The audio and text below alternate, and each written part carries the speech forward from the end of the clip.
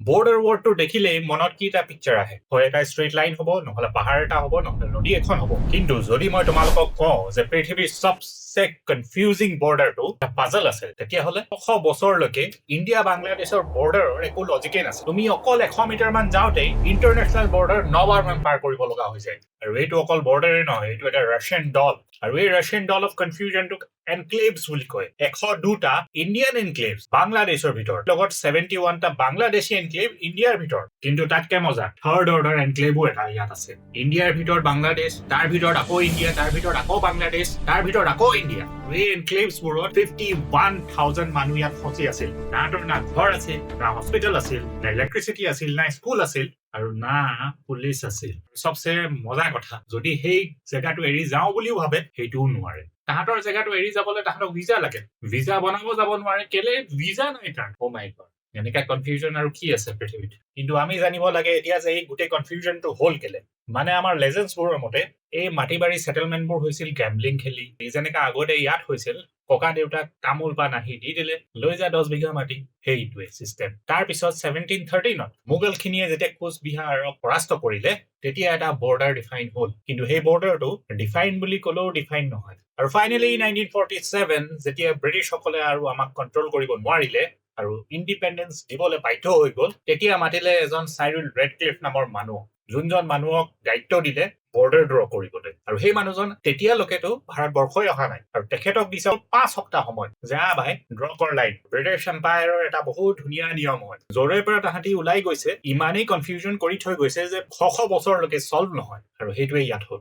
Mughal and kingdom of কোচবিহাৰৰ মাজত যোনটো এটা ভেগ বাউণ্ডাৰী বনিছিল, সেইটোৰ ওপৰতে ড্ৰ কৰি দিলে আমাৰ ৰেড ক্লিফ লাইন। সেই সৰু সৰু মাটিৰ টুকুৰাবোৰ যোনবোৰৰ ইছ্যুজবোৰ ইগনৰ কৰি আছিলে, মানে কোচবিহাৰ কিংডমৰ যোনখিনি মাটিৰ টুকুৰা মোগলছখিনিৰ মাজত আছিলে, মোগলছখিনিৰ মাটিৰ টুকুৰা যোনখিনি কোচবিহাৰ কিংডমত আছিলে, সেইখিনি হঠাতে ইণ্টাৰনেশ্যনেল ইছ্যুজ হৈ আৰু তাতে ট্ৰেপ হৈ গ'ল হাজাৰ হাজাৰ মান। আৰু যিহেতু আমাৰ কনষ্টিটিউশ্যনত মেনশ্যন কৰা আছে যে no person shall be denied of his citizenship, সেই কমপ্লেক্স চিটুৱেশ্যনটোৰ সলিউশ্যন সোনকালে নহ'ল।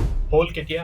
71ত যেতিয়া বাংলাদেশ ইণ্ডিপেণ্ডেন্স হয়, তাৰ পিছত, that was in the year 1974, যেতিয়া ফাইনেলি ইণ্ডিয়া আৰু বাংলাদেশ বহি এই এনক্লেভছবোৰৰ প্ৰব্লেমটো সলভ কৰিবলৈ চেষ্টা কৰে। আৰু যেতিয়া এনেকৈ ইণ্টাৰনেশ্যনেল লেণ্ড ডিস্পিউটছ আহে আৰু লেণ্ড এগ্ৰিমেণ্ট হয়, সেই এগ্ৰিমেণ্টটো আমাৰ কনষ্টিটিউশ্যনেল এমেণ্ডমেণ্টত ৰেটিফাই কৰিব লাগে। বাংলাদেশেতো কৰি দিলে, কিন্তু ইণ্ডিয়াই নকৰিলে।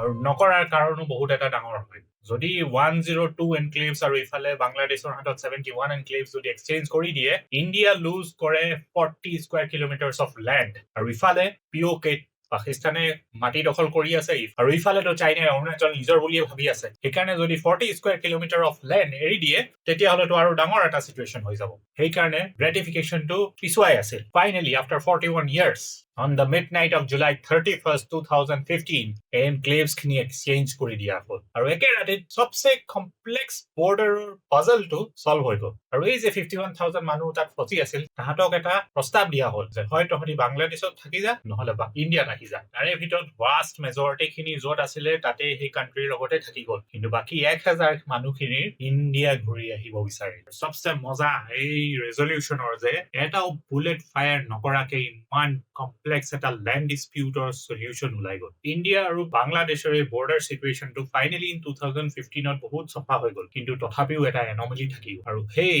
এনমেলিটো হয় দহাগ্ৰম আৰু অংগৰপতা। এইটো বাংলাদেশী এনক্লেভ হয়, কিন্তু এতিয়াও ইণ্ডিয়াৰ ভিতৰত সোমাই আছে। আৰু মানুহখিনিক অহা যোৱা কৰিবলৈ ইণ্ডিয়াই লিজ কৰি থৈছে 3 বিঘা এটা কৰিডৰ। সেইটোক কয় 3 বিঘা কৰিডৰ। আৰু ইণ্টাৰেষ্টিংলি সেইটো আমাৰ চিকেন নেকৰ পৰা বৰ বেছি দূৰো নহয়। বৰ্ডাৰৰ চিটুৱেশ্যনটোৱে ৰেড ক্লিফে ইমান কমপ্লিকেটেড কৰি থৈছিল। আৰু সেইটো অকল ৰেড ক্লিফ ইয়াতে নহয়, ব্ৰিটিছসকল য'তে গ'ল, আফ্ৰিকা হওক, চাউথ ইষ্ট এছিয়া হওক, মিডল ইষ্ট হওক, চবতে একেই কাম কৰি থৈ গ'ল। এই টপিকটো অগ্ৰম অংগৰপতা অকল তোমালোকৰ ষ্টেট গভৰ্ণমেণ্টৰ কাৰণেই নহয়, এইটো UPSC লৈকে এই কুৱেশ্যনবোৰ আহে। তো সেইকাৰণে এই কমপ্লেক্স চিটুৱেশ্যনটো বুজা আমাৰ কাৰণে বহুতেই ইম্পৰ্টেণ্ট।